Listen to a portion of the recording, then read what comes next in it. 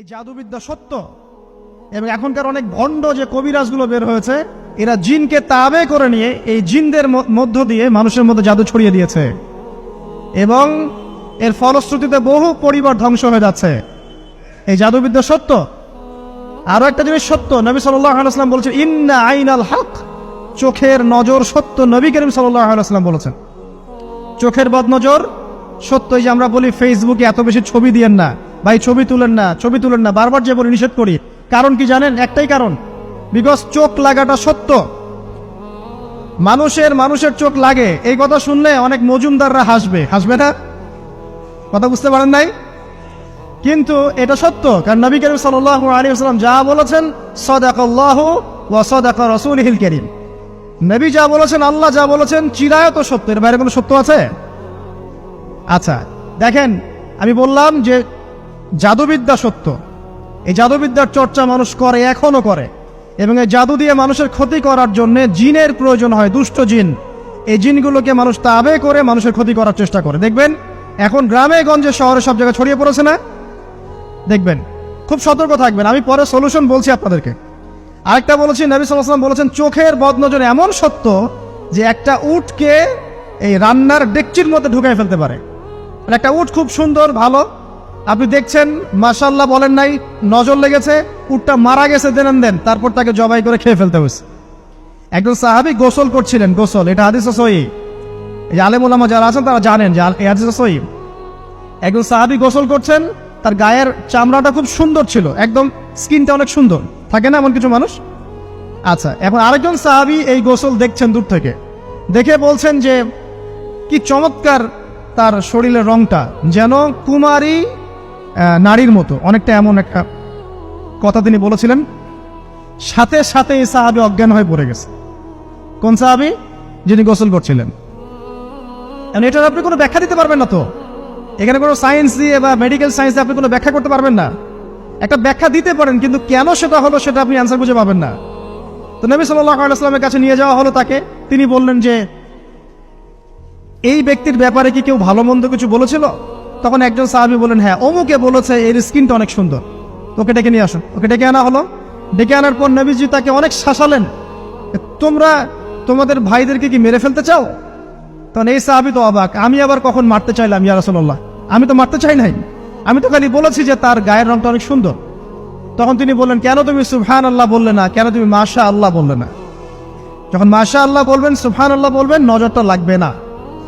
আর যখন আপনি মাশাআল্লাহ বলবেন না, সুবহানাল্লাহ বলবেন না, দেখবেন নজর লেগে গেছে। আপনি বিশ্বাস করেন ব্যবসা খুব ভালো চলছে, মানুষ বলল যে বাহ তোর তো ব্যবসা হেভি, লালে লাল শাহজালাল, ঠিক আছে, দেখবেন আপনার কেনা বেচা বন্ধ হয়ে গেছে। এরকম হবে, আমার কথাটা বিশ্বাস করেন। এটা কিন্তু সায়েন্স প্রমাণ করতে পারবে না, আল্লাহ এবং তার রাসূল বলেছেন, তার উপরে কোনো সত্য নেই। আছে সূরা কাহফ 29 নম্বর আয়াত পড়ে দেখেন, আল্লাহ পাক বলছেন ওয়াকুলিল হাক্কু মির রাব্বিকুম, সত্য সেটাই যা তোমার রবের পক্ষ থেকে আসে। ফামান শাআ ফালইউমিন, যার ইচ্ছা হয় বিশ্বাস করুক, ওয়ামান শাআ ফালইয়াকফুর, যার ইচ্ছা হয় সে অস্বীকার করুক।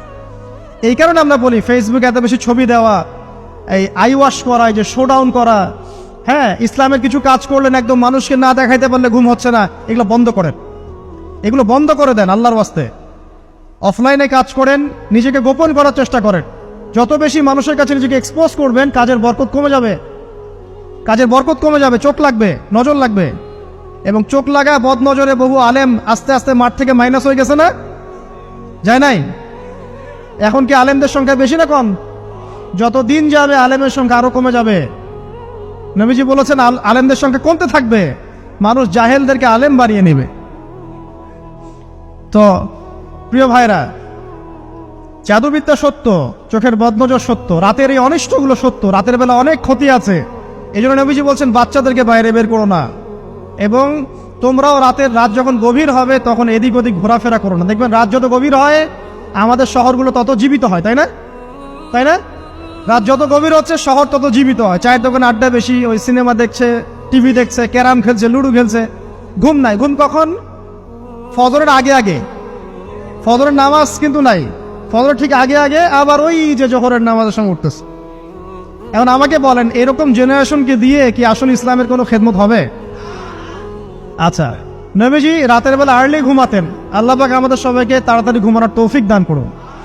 হ্যাঁ, আপনি ইলম চর্চা করলে রাত জেগে থাকতে পারেন, আপনি যদি জ্ঞান চর্চা করেন রাত জাগতে পারেন, আপনি কোনো গবেষণা করছেন, নামাজ পড়ছেন বা কোরআন হেফজ করছেন, আপনি রাতের আর্লি উঠবেন, এটা আলাদা বিষয়। কিন্তু কমনভাবে আমাদের এই যে ফেসবুক, ইউটিউবিং ইত্যাদিতে আমরা লিপ্ত থাকি, সারা রাতটা কাটাই আড্ডাবাজি করে, এগুলো বন্ধ করতে হবে। এগুলো বন্ধ না করলে ফিজিক্যালি আমরা মানে সুস্বাস্থ্যের অধিকারী হতে পারবো না।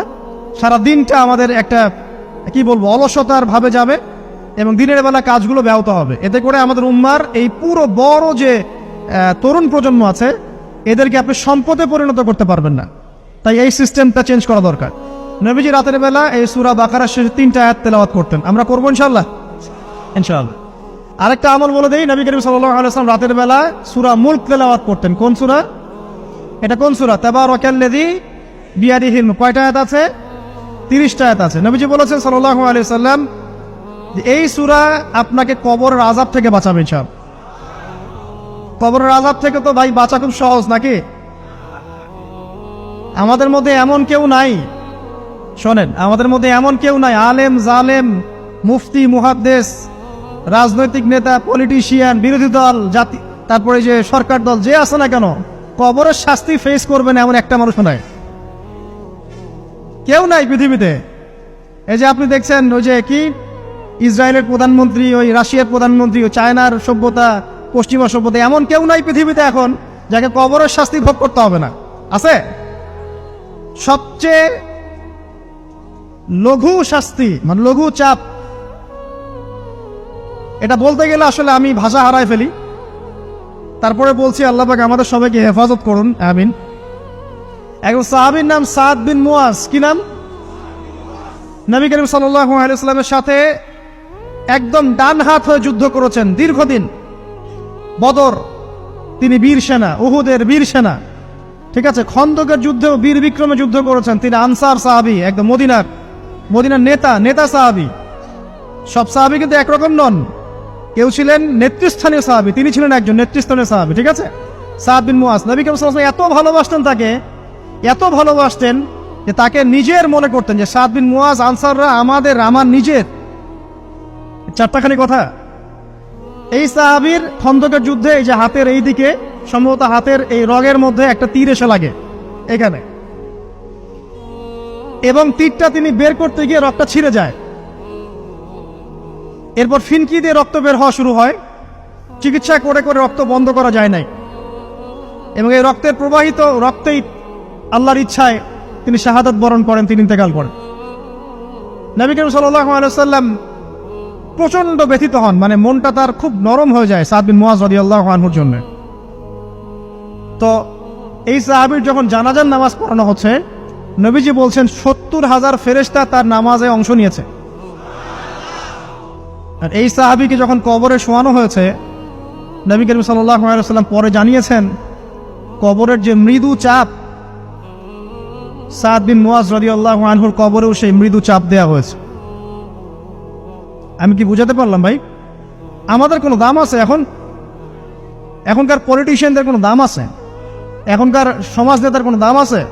এখনকার সুদখোরদের কোনো দাম আছে? এই ঘুষখোর দুর্নীতিবাজদের কোনো দাম আছে? আমরা যারা কাঠমোল্লা হয়ে আছি আমাদের কোনো দাম আছে? সাদ বিন মুয়াজ রাদিয়াল্লাহু আনহু যদি কবরের শাস্তি তাকে না ছাড়ে, প্রশ্ন উত্তর পর্ব তাকে না ছাড়ে, আমরা পার পাবো? নবী করিম সাল্লাল্লাহু আলাইহি ওয়াসাল্লাম বলছেন সূরা মুলক তেলাওয়াত করো রাতের বেলা, ইনশাআল্লাহ সূরা মুলকের তেলাওয়াত কবরের আযাব থেকে তোমাকে বাঁচান। আর আমাদের তো ভাই কবরে সবাই সাথে যাবে না, গার্লফ্রেন্ড যাবে না, বাপ মা ভাই বোন সবাই যাবে না। একজন ব্যক্তি সুদ খাচ্ছে, জিজ্ঞাসা করে দেখেন কেন খায়, বলবে তার সন্তানের জন্য খায়, তার বউয়ের জন্য খায়, তার মা বাবাকে দেখতে হবে তাই খায়, তাই না? একজন ব্যক্তি ঘুষ খায়, বলবে আমার পরিবারের জন্য খাই। একজন দুর্নীতি করছে, পুকুর চুরি করছে, বলবে দুর্নীতি করছে আমার পরিবারের জন্য খাই, পরিবার ভালো থাকবে। সবার একই এক্সকিউজ যে পরিবার যেন ভালো থাকে, আমার সন্তানরা যেন ভালো থাকে, আগামী প্রজন্মের জন্য কিছু রেখে যেতে পারি, তাই না? এরকম একটা মানুষও কি আপনার সাথে কবরে যাবে? তাহলে এই বোকা মানুষ কেন বোঝে না যে আপনার কবরে আপনাকেই যেতে হবে? তাহলে আপনি কি কারণে অন্যের কারণে নিজের পরকাল নষ্ট করছেন? অন্যের সুখের জন্য আপনি আপনার পরকাল নষ্ট করছেন। সুদ খাচ্ছেন, দিব্যি মায়ের সাথে জেনা করছেন। আপনাদের এলাকায় নাকি সুদের সমস্যা অনেক বেশি। কয়েকটা হাদিস বলে দেই, আমি ওদেরকে আক্রমণ করতে আসি নাই। আমি শুধু তাদেরকে 3টে হাদিস শোনাতে এসেছি। 1 নম্বর হাদিস শোনেন। আল্লাহর নবী মুহাম্মদ সাল্লাল্লাহু আলাইহি ওয়াসাল্লাম বলেছেন, সুদের পাপের 73টা শাখা আছে। কয়টা? কোন হাদিসে 70টাও আছে, কোন হাদিসে 73টা আছে। বলছেন যে সবচেয়ে নিচের শাখাটা হচ্ছে, সুদের পাপের সবচেয়ে নিচের শাখা হচ্ছে যে যেন কোনো ব্যক্তি তার মাকে রেপ করলো, তার মাকে ধর্ষণ করলো। 1 দিরহাম যে ব্যক্তি সুদ খায়, সহিহ বুখারীতে আরেকটা হাদিস এসেছে, সে যেন 36টা মেয়েকে ধর্ষণ করলো। আর আমি একটা কথা বানায় বলছি না, যদি বিশ্বাস না হয় কওমি মাদ্রাসা আছে, আলেম ওলামা আছে, গিয়ে বুখারী খুলতে বলেন, পড়তে বলেন, খালি একবার পড়তে বলেন, দেখেন যদি না থাকে তাহলে আমাকে এর সাথে থাপ্পড় দিয়ে যায়। যদি না থাকে হাদিস এটা, তাহলে আমার গালে একটা থাপ্পড় দিয়ে যায়। আর যদি থাকে তাহলে আল্লাহর রাস্তায় সুদ খাওয়া ছেড়ে দেন। কোনটা করবেন? চ্যালেঞ্জ করবেন? নবীজি বলেছেন, 1টা দিরহাম যে ব্যক্তি সুদ খায়, দিরহাম মানে কি? রৌপ্য মুদ্রা। এটা এখন দেখতে পারবেন না, জাদুঘরে আছে।